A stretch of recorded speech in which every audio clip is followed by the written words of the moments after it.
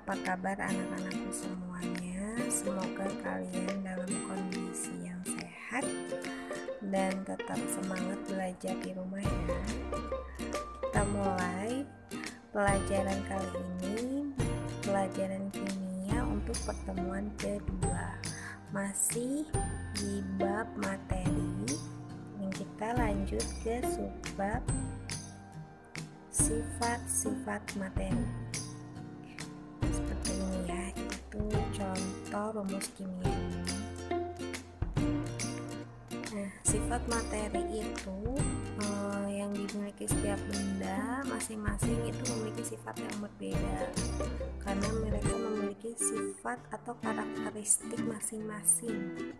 Sifat materi itu sendiri terbagi menjadi dua. Yang pertama adalah sifat fisis, yaitu sifat zat yang berhubungan dengan perubahan fisika, dan kemudian sifat kimia, sifat yang perubahan yang terjadi karena perubahan-perubahan kimia. Oke, sifat fisis itu sendiri itu terbagi banyak ya. Ibu nulis di sini hanya 5 sifat fisis, tapi sebetulnya kalian bisa gali lagi lebih banyak. Salah satunya di sini ada warna, ada rasa, ada bau, kemudian ada kekerasan dan kemagnetan. Karakter dari sifat fisis itu sendiri, dia bisa kita rasakan ya. Rasanya, warnanya bisa dilihat, baunya, kekerasannya bisa diraba, dan kemagnetan bisa kita coba. Untuk warna misalnya kita bisa membedakan warna, contohnya aja nih ya, buah pisang yang hijau dan pisang yang kuning. Dengan membedakan warna hijau dan kuning, kita sendiri tahu mana pisang yang mentah dan yang matang. Begitupun untuk materi yang lain, misalkan kita rasa itu kita juga bisa coba sendiri ya, untuk membedakan mana garam dengan gula. Rasanya pasti khas berbeda ya. Bagaimana rasanya cuka, bagaimana rasanya cabai, bagaimana rasanya gula aren, bagaimana rasanya roti, segala macam itu bisa dicoba dengan organoleptik, dengan lidah kita sendiri. Nah, salah satu lagi berikutnya itu bisa mencoba uji bau itu dengan indera penciuman kita. Untuk bau ya, membedakan bau bunga melati, bunga mawar, gampang ya. Dan selanjutnya adalah uji kekerasan, dimana bisa kita membedakan mana itu tepung terigu, mana itu tepung kanji ya, atau tepung tapioka, atau tepung singkong. Itu dari rasa dicoba pakai tangan aja itu berbeda ya, yang satu lembut, yang satu kesat.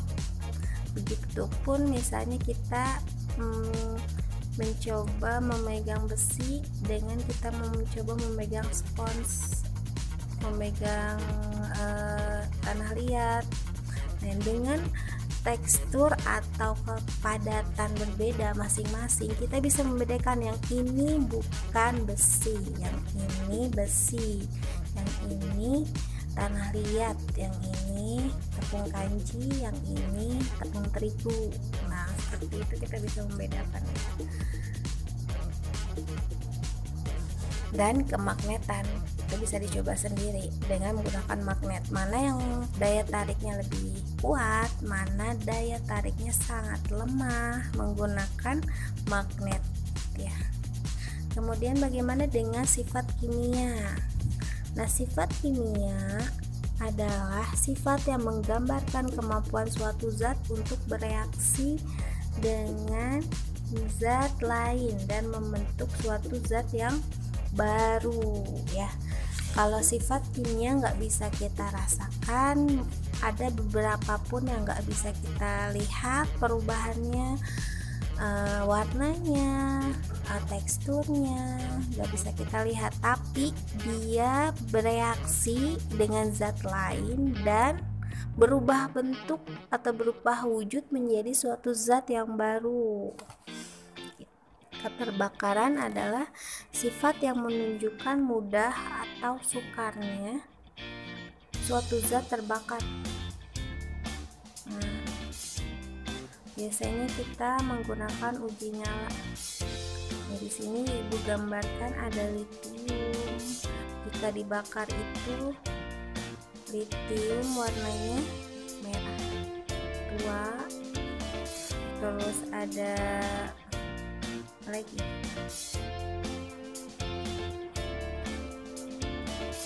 uranium ya, uranium.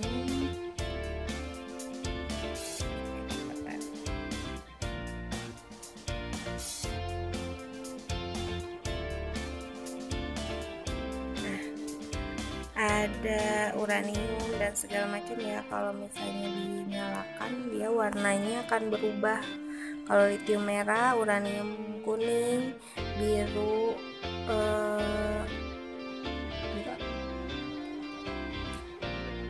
ionisasi. Sifat yang berkaitan dengan proses ionisasi dari suatu materi. Ionisasi adalah peristiwa saat suatu zat larut dalam air. Jadi kalau ionisasi itu peristiwa suatu zat larut dalam klorida, kita masukkan ke dalam air, kemudian dia larut. Yang tadinya di air itu senyawanya hanya H2O, nah kita masukkan NaCl, berubah nggak H2O-nya?